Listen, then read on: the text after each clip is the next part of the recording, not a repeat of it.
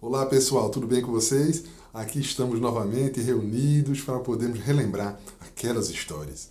A história de hoje é uma história que eu já contei algumas vezes, talvez alguns de vocês se lembrem. Eu dei esse título para ela de A Tanga e o Faqui, mas ela não tem originalmente um título. Essa história eu ouvi numa narrativa de uma pessoa bastante conhecida no meio teosófico, que é Krishnamurti. E ele contou essa história, eu achei muito interessante. Ele foi indagado sobre a questão do desapego às coisas materiais e ele contou essa história. E eu resolvi compartilhar com vocês. Vamos lá? Vem com a gente!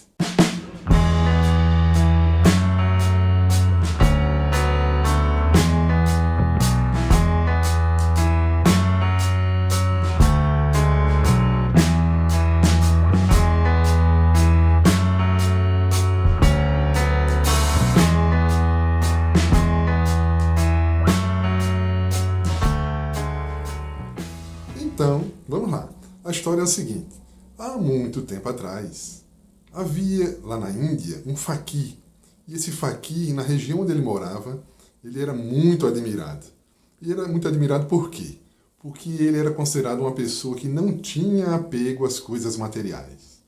Tanto é que ele só possuía dois bens materiais, que eu vou dizer agora para vocês quais eram. Para quem, não sei se vocês se recordam, mas faqui é aquele homem da Índia, aquele magrinho, né? Que normalmente usa um turbante e uma tangazinha assim enrolada e só. Esse faqui, nem o turbante ele possuía. Ele só possuía a tanga que ele estava usando e o outro bem material que ele possuía era uma tanga reserva, que ele utilizava, suponho, quando uma sujava, ele usava a outra que supostamente estaria limpa. Enfim, mas isso não vem ao caso. O que importa é que ele era muito admirado porque ele era considerado uma pessoa que não tinha apego às coisas materiais e as pessoas gostavam muito dele. Ocorre que ele não estava satisfeito com aquilo.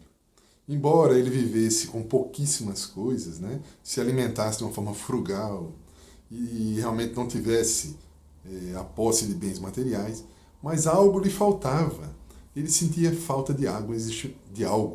Existia um vazio que ele pretendia preencher, mas não conseguia, ele nem sabia direito o que era. Mas ele imaginava que ele precisava enveredar mais e conhecer mais sobre as questões espirituais, as questões transcendentes da alma.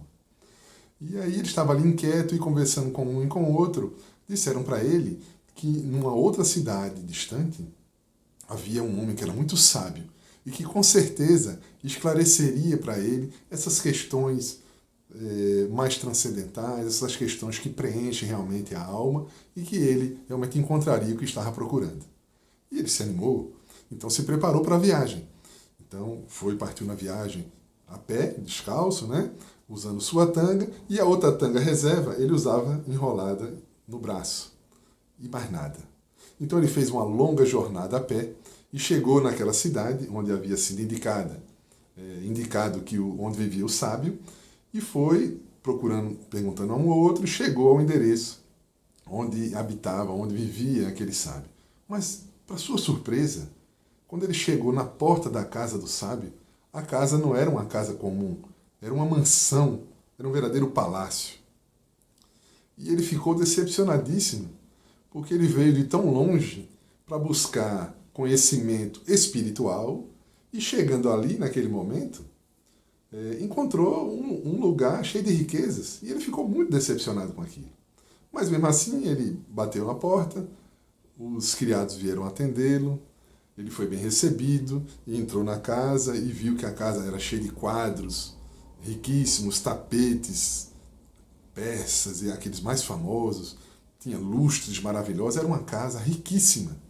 E quando chegou num determinado aposento, estava lá o sábio que o recebeu com um sorriso, animado, dando boas-vindas a ele, e ele com a cara amarrada, com a cara fechada. E aí o sábio, notando aquilo, ele disse, mas você tem algum problema? Alguma coisa está incomodando você? E aí ele resolveu ser franco e disse, olha, realmente estou incomodado, porque eu vim aqui porque estava cansado, né, das coisas puramente materiais e estava buscando realmente questões mais espirituais. E chego aqui na sua casa para buscar esse conhecimento e encontro tanta riqueza, tantas posses. Isso me decepcionou. E o sábio pacientemente olha para ele e diz: mas meu irmão, não se mede um homem pelas coisas que ele possui. Então o Faqih achou interessante aquela resposta e aliviou um pouco, desarmou-se um pouco e resolveu ficar. E os dias passaram e ele acabou fazendo amizade com aquele sábio, e o sábio realmente ele tinha conhecimentos profundos e começou a passar para ele, ele foi se deleitando naqueles conhecimentos, estava realmente ávido daquele saber e estava bebendo naquela fonte. Mas eis que um dia, os dois saíram de manhã e caminhavam por um bosque que ficava por trás daquela mansão, e de repente eles começaram a ouvir barulho, pessoas gritando e uma fumaça subindo. Os dois correram até uma parte mais alta e observaram que o palácio do sábio estava pegando fogo. Não era um foguinho qualquer, não, era um fogo que estava comendo tudo. E aí o sábio olhou para aquilo e disse: nossa, que prejuízo, né? Nós vamos ter que trabalhar e reconstruir tudo novamente, com tranquilidade. Quando ele olha para o lado, estava o Faqih deitado no chão, se debatendo, né? Imprecando e reclamando, chorando. E o sábio olhou para ele: mas por que essa reação, meu caro? Nós já não conversamos tanto que as coisas materiais são transitórias, que a gente pode utilizá-las, mas não devemos estar presos a ela? E o sábio, observando e nada do Faqih se recuperar, diz: olha, aqueles bens que eu tinha lá, aqueles tapetes, aqueles quadros, todas aquelas riquezas, são coisas transitórias, a gente vai recuperando aos poucos com o trabalho. Então o Faqih olha para ele, se levanta e diz: eu não estou nem aí para os seus quadros, os seus tapetes. O problema é que eu esqueci a minha outra tanga lá na sua casa. Então, meus queridos, essa história eu achei tão interessante, porque essa questão do apego, a gente quando fala de apego às coisas materiais, a gente pensa logo nas pessoas ricas, né? E começa às vezes até a criticar, porque as pessoas possuem bens materiais. Mas essa história ilustra bem o que é o verdadeiro apego. Às vezes nós temos poucas coisas, mas somos muito apegados a ela. E há outras pessoas que possuem muitas coisas materiais, mas que são livres daquela posse. Possuem, mas não são possuídos. Que essa é a grande questão. Essa é a primeira reflexão que a gente faz, não é? Então, nada demais de nós trabalharmos e obtermos, especialmente de forma honesta, até uma riqueza. Se ela vier, que utilizemos bem ela. E também, se adquirirmos a riqueza, também nada de mal e até muito oportuno que a gente compartilhe um pouco dessa riqueza, pelo menos um pouco dessa riqueza. Isso fará bem para a gente mesmo. Que quando a gente faz o bem, nós somos os principais beneficiados. Mas há uma coisa interessante aí. Nós devemos possuir sem sermos possuídos. Por que isso? Porque a história ilustra bem. Porque se nós formos apegados àquilo que é transitório e tudo que está aqui na Terra é transitório, quando nós as perdermos, nós ficaremos em desespero. Então, em nosso próprio benefício, não nos apeguemos, né? Nem a coisas, nem a pessoas, porque mais cedo ou mais tarde teremos que nos distanciar delas. A outra reflexão que a gente faz é que, mesmo a gente tendo poucas coisas, isso não quer dizer, né, não devemos nos vangloriar, achar que somos melhores do que aqueles que possuem bens materiais. São provas distintas, são dificuldades distintas, e todos têm a sua cota de lutas aqui na Terra. Que possamos aproveitar a nossa. E eu gostaria de encerrar essa história com uma pergunta.